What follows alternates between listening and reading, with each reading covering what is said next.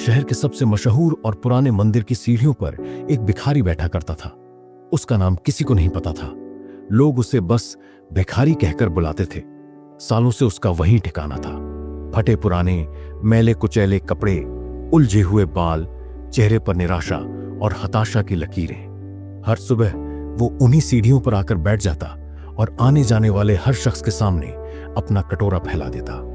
कोई 1-2 रुपए का सिक्का डाल देता, कोई तिरस्कार से देखकर आगे बढ़ जाता, तो कोई उसे अनदेखा कर देता, जैसे वो वहां हो ही नहीं। दिन भर में जो भी 10-20 रुपए जमा होते, उनसे वो पास के ढाबे से एक वक्त की रोटी खरीद लेता और मंदिर के पीछे एक टूटी हुई दीवार के नीचे अपनी रात गुजार लेता। यही उसकी जिंदगी थी।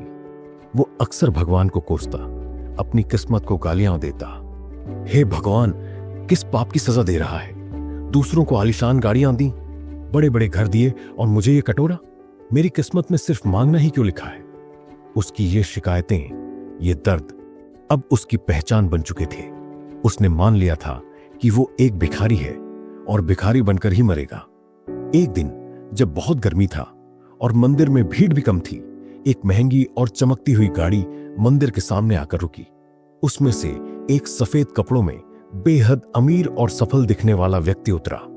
उस व्यक्ति ने मंदिर में दर्शन किए और जब वो वापस लौटा तो उसकी नजर सीढ़ियों पर बैठे उस भिखारी पर पड़ी। भिखारी ने भी उसे देखा और अपनी पूरी लाचारी के साथ कटोरा आगे बढ़ा दिया और बोला, बाबूजी, भगवान आपका भला करेगा। 2 दिन से भूखा हूं, कुछ दे दीजिए। उस अमीर व्यक्ति ने न तो अपनी जेब में हाथ डाला, न ही उसे कोई सिक्का दिया। वो बस उसके पास आकर खड़ा हो गया और उसकी आंखों में झांक कर एक अजीब सा सवाल पूछा, तुम हमेशा सबसे मांगते ही रहते हो, क्या तुमने कभी किसी को कुछ दिया है? यह सवाल भिखारी के सीने में तीर की तरह चुभ गया। उसे गुस्सा भी आया और हैरानी भी हुई। उसने बोला, क्या मजाक कर रहे हो साहब? मैं एक भिखारी हूं, मेरे पास देने के लिए है ही क्या? जो खुद मांगकर खाता हो वो किसी को क्या देगा? मेरे पास ये कटोरा और ये फटे कपड़े हैं, चाहिए क्या? उस अमीर व्यक्ति के चेहरे पर एक हल्की सी मुस्कान आई। उसने कहा, यही तो तुम्हारी सबसे बड़ी गलती है। तुम सोचते हो कि तुम्हारे पास देने के लिए कुछ नहीं है। तुम गलत हो। तुम बहुत अमीर हो, लेकिन तुम्हें अपनी दौलत का अंदाजा ही नहीं है। भिखारी हैरान होकर उसे देखने लगा। अमीर व्यक्ति ने आगे कहा, मैं तुम्हें पैसे नहीं दूंगा, लेकिन मैं तुम्हें एक सलाह देता हूं, एक ऐसा मंत्र जो तुम्हारी जिंदगी बदल सकता है। आज से किसी से कुछ भी मांगने से पहले तुम अपनी तरफ से किसी को कुछ देना, और जब तक तुम किसी को कुछ दे ना दो तब तक अपना कटोरा आगे मत फैलाना। ये कहकर वो व्यक्ति अपनी गाड़ी में बैठा और चला गया। भिखारी घंटों वहीं बैठा रहा। उसके कानों में उस व्यक्ति के शब्द गूंज रहे थे, तुम बहुत अमीर हो, कभी किसी को कुछ दिया है? मांगने से पहले कुछ देना। पागल था वो आदमी। भिखारी ने मन ही मन सोचा, मेरे साथ क्रूर मजाक करके चला गया, मैं क्या दूं, कहां से दूं? वो गुस्से में उठा और वहां से जाने लगा। भूख भी जोरों से लग रही थी, लेकिन उस आदमी की बात ने उसके दिमाग में एक अजीब सी खलबली मचा दी थी। वो मंदिर के बगीचे के पास से गुजर रहा था। तभी उसने देखा कि एक छोटा सा गुलाब का फूल जमीन पर गिरा पड़ा है। उसने यूं ही उसे उठा लिया। फूल की खुशबू ने उसके मन को एक पल के लिए शांत किया। तभी एक उदास चेहरे वाली महिला उसके पास से गुजरी। उसके चेहरे पर गहरी चिंता थी। भिखारी के मन में अचानक उस अमीर आदमी की बात आई, कुछ देना। उसके हाथ में वो गुलाब का फूल था। उसने हिम्मत जुटाई और उस महिला को आवाज दी, बहन जी, रुकिए। महिला ने चौंक कर उसकी तरफ देखा। एक भिखारी उसे बुला रहा था। भिखारी ने कांपते हाथों से वो गुलाब का फूल उसकी तरफ बढ़ाया और कहा, ये आपके लिए है, भगवान आपकी सारी चिंताएं दूर करे। वो महिला हैरान रह गई।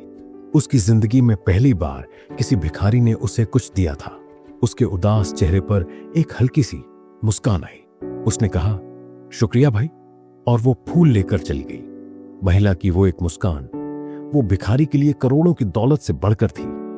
आज पहली बार उसे कुछ देकर एक अजीब सी खुशी मिली थी, एक ऐसी खुशी जो भीख में मिले सिक्कों से कभी नहीं मिली थी। उस दिन उसने भीख नहीं मांगी, रात को भूखा ही सोया, लेकिन उसके दिल में एक नई उम्मीद की किरण जगी थी। अगले दिन वो फिर मंदिर की सीढ़ियों पर बैठा। आज उसके मन में कल वाली कड़वाहट नहीं थी। वो सोच रहा था कि आज वो क्या दे सकता है।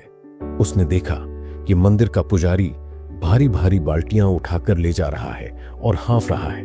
वो फौरन दौड़ा और पुजारी से कहा, पंडिता जी, लाइए मैं आपकी मदद कर दूं। पुजारी ने हैरान होकर उसे देखा और उसकी मदद स्वीकार कर ली। भिखारी ने सारी बाल्टियां मंदिर के अंदर तक पहुंचा दी। पुजारी ने खुश होकर उसे आशीर्वाद दिया और प्रसाद में 2 केले दिए। आज उसने मांगा नहीं था, कमाया था। उन केलों का स्वाद उसे दुनिया के किसी भी पकवान से ज्यादा मीठा लगा। अब ये उसका रोज का नियम बन गया। वो मांगने से पहले देने के तरीके ढूंढता। कभी किसी थके हुए राहगीर को अपने हिस्से का पानी पिला देता, कभी रोते हुए बच्चे को हंसाने के लिए कोई कहानी सुना देता, कभी मंदिर की सीढ़ियां साफ करने में मदद कर देता।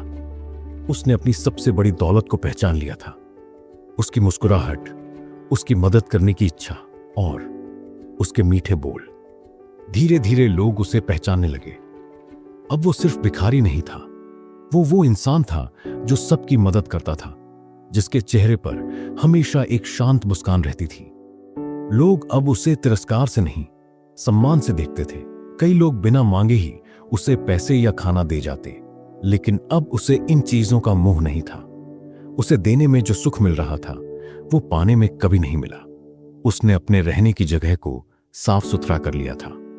वो रोज नहाता और जितना हो सके साफ कपड़े पहनने की कोशिश करता। उसकी काया पलट हो रही थी क्योंकि उसकी सोच बदल चुकी थी। उसने खुद को एक लाचार भिखारी मानना बंद कर दिया था और एक सक्षम इंसान के रूप में देखना शुरू कर दिया था। मंदिर के पास ही एक सेठ की फूलों की दुकान थी। वो सेठ रोज इस भिखारी में आ रहे बदलाव को देख रहा था। वो देख रहा था कि कैसे ये आदमी बिना किसी स्वार्थ के सबकी मदद करता है, कैसे उसके चेहरे पर एक अजीब सा तेज आ गया है। एक दिन सेठ ने उसे अपने पास बुलाया। मैं तुम्हें कुछ दिनों से देख रहा हूं। तुम बहुत मेहनती और नेक दिल इंसान लगते हो। क्या तुम मेरी दुकान पर काम करोगे?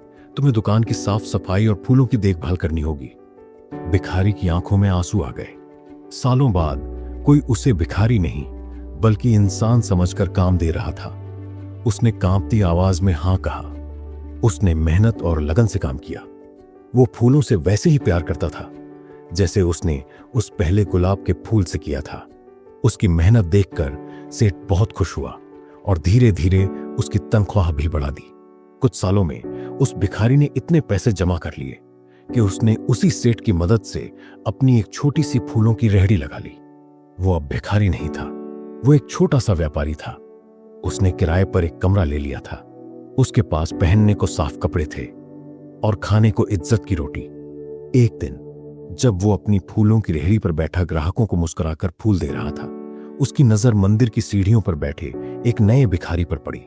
वो भी उसी तरह हताश, निराश और अपनी किस्मत को कोस रहा था। हमारा पूर्व भिखारी, जो अब एक स्वाभिमानी इंसान बन चुका था, अपनी जगह से उठा। वो उस नए भिखारी के पास गया। उसने अपनी जेब से पैसे नहीं निकाले।